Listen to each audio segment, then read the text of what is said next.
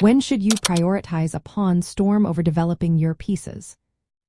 Have you ever found yourself torn between launching a pawn storm and developing your pieces in chess? It's a common dilemma, and understanding when to prioritize one over the other can make a significant difference in your game. Let's break it down. A pawn storm involves advancing several pawns toward your opponent's position, usually on one side of the board. The goal is to open lines for your attacking pieces, like rooks and queens, while putting pressure on your opponent's king. But when is it the right time to go for it? First, consider the position of the kings. If both kings are castled on the same side, and you can mobilize your pawns quickly, a pawn storm can be very effective. The idea is to create weaknesses in your opponent's pawn structure, making it easier for your pieces to attack. Next, think about the safety of your own king. If your king is well protected and your opponent's king is exposed, you might justify a pawn storm even if your pieces are not fully developed. However, be careful. Advancing pawns can leave your king vulnerable if your attack fails. Now let's talk about the board's openness.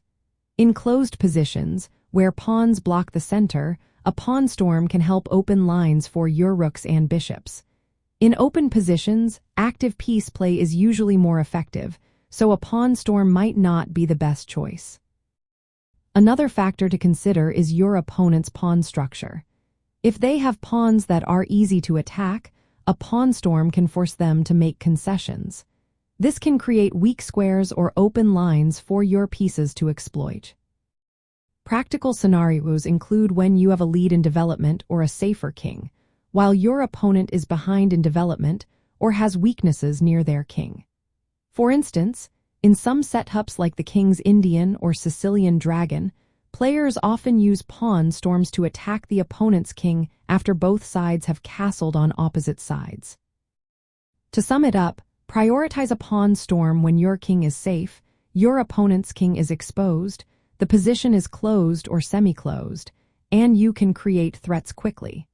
Always keep in mind the risks, such as leaving your king vulnerable or falling behind in development if the attack does not succeed.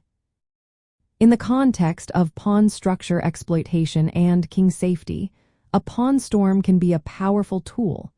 Just remember to assess the position carefully before deciding to launch your attack.